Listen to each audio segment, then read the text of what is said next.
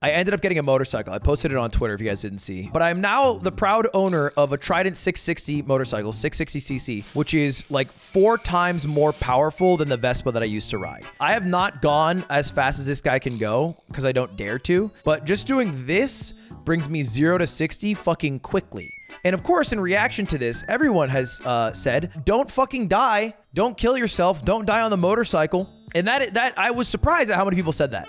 In fact, I had a company dinner after getting the motorcycle. And the first thing everyone said at the dinner after coming up to me was, hey, Ludwig, can you not ride the motorcycle? I don't want to lose my job. Which is funny that their concern of my death is losing their job as opposed to I would die. But also, it enlightened me on the concerns that motorcyclists have, because it is dangerous. And I want to clarify, I am not going to become a motorcycle guy. That is not my goal. I'm not going to be riding in packs of people, driving my motorcycle, daily commuter, fucking geared up all the time, taking my helmet off to go get a cup of coffee. I'm getting it for one reason and one reason only. I have a simple dream of driving across the entire country of Japan with Michael Reeves. And to do that, I need to learn how to ride a motorcycle. Like, I have ridden well over 1,000 miles on my Vespa. I rode it every day for months. A Vespa is a lot different. A Vespa is like a toy. You just do this, ring, ring, ring, ring, and you go. A motorcycle has a different weight structure, so it's much higher weighted, so it sways a lot. It goes a lot faster. It's a lot more powerful. You also have to switch gears. It is a manual transmission, and the left foot actually switches the gear, and the left handlebar is the clutch. So it's a whole lot more complicated than just sitting on a Vespa and going ring-diddling-ding-ding and then going 45 miles an hour. So I got this motorcycle to practice. And me and Michael at some point are going to ride up the PCH here in California. We're going to do that as the baby tutorial to do the Japan ride. So that's the goal. And I want to film this all because I watched this documentary when I was younger with Ewan McGregor called The Long Way Round, where Ewan McGregor and his friend ride on a huge motorcycle expedition from the UK across Europe, Russia, Alaska, Canada, and the US back to the UK. I've had this goal for a while now, but I've only ever been a Vespa guy. I have ridden a motorcycle before buying one for 2 days total, which is not an exaggeration. I rode it once at Michael's house and then another time to do the actual test. And I've already told the story, but the test was so easy that only 2 days of experience was enough to pass. Now, I do have over 1,000 miles on a Vespa. I've ridden the Vespa for over a year now. But motorcycle, again, a lot different. I didn't really realize this. Like, I knew it was manual transition, but I didn't realize how much different it was than a Vespa. So I show up to this place that sells this bike that Michael recommended, Trident 660. And when I pull up, I'm like, hey, do you have this bike I want? And they're like, yeah, of course. We actually just got one in stock this weekend with a matte finish. Looks really nice. And I'm like, that's fucking awesome. Can I get it? And they're like, yeah. And I was like, can I first test ride it to see if I like it? And the guy was like, no. And I was like, that's dumb. If you get a car, you can test drive a car. If you get a bed, you can sleep on it. Why can I not test ride a motorcycle? And he said 2 reasons. Number 1, you are wearing Crocs. And number 2, you are wearing sweatpants. We do not allow people with sweats and Crocs to test ride our motorcycles. Because I actually showed up wearing this. And I was like, wait, well, am I allowed to drive it out? Like, if I buy it? And he's like, if you buy it, I don't give a shit. Apparently, I'm allowed to buy this thing, but I'm not allowed to test drive it. But I want to get it. I want to get it because I want to start getting miles under my belt. Because the more miles I have under my belt, the more confident I would feel taking a trip to Japan to drive across the entire country, which is not a small trip to make. And so I'm like, all right, well, I'm going to buy it anyway. And I'm just going to buy the equipment I need here. So he's like, great. I'll fill out the paperwork. You go over to our parts section and you start buying some equipment. And I'm looking around and I'm trying to be very vulnerable. I'm trying to ask questions to figure out like, hey, what do I need?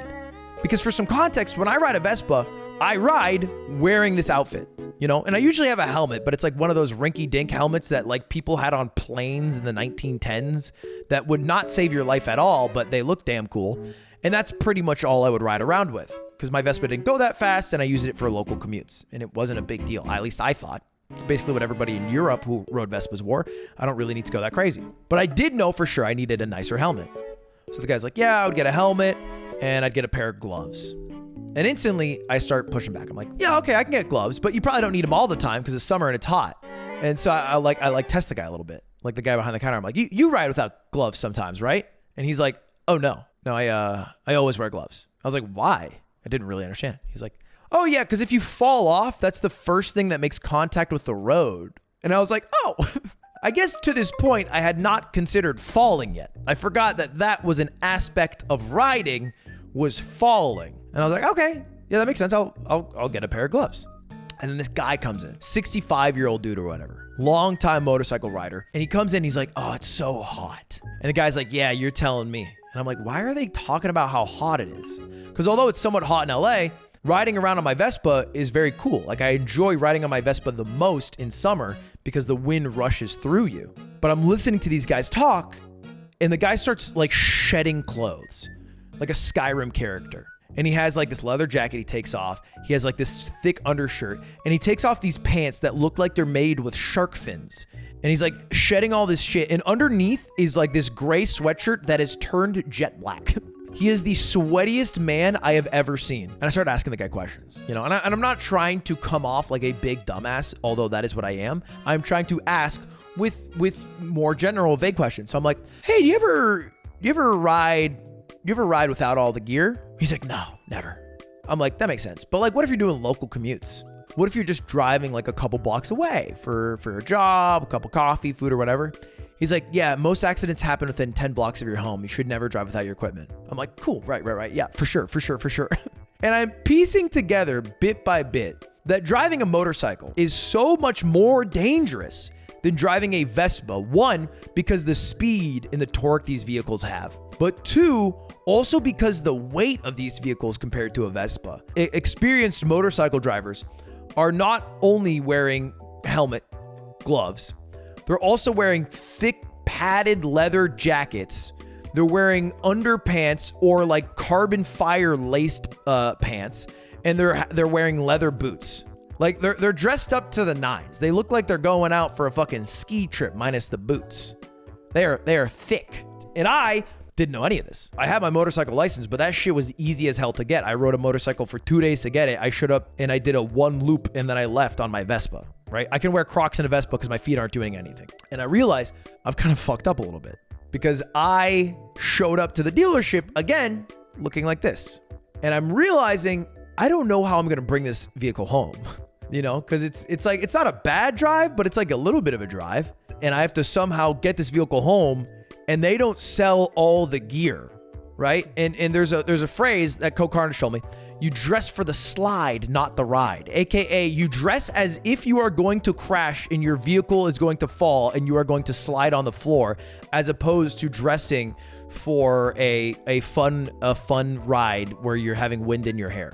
My only knowledge of motorcycles comes from media. The people I see, they don't dress for the slide. They dress for the ride, okay? You're telling me this fucker has dressed for the slide? No, sir. Tom Cruise is dressed for the ride. He's wearing a button down and sunglasses. And let me tell you, he looks like a fucking Giga Chad. But it is akin to looking cool by smoking a cigarette. Although it might look cool, it is dumb as hell and terrible for you, and everybody's aware of it.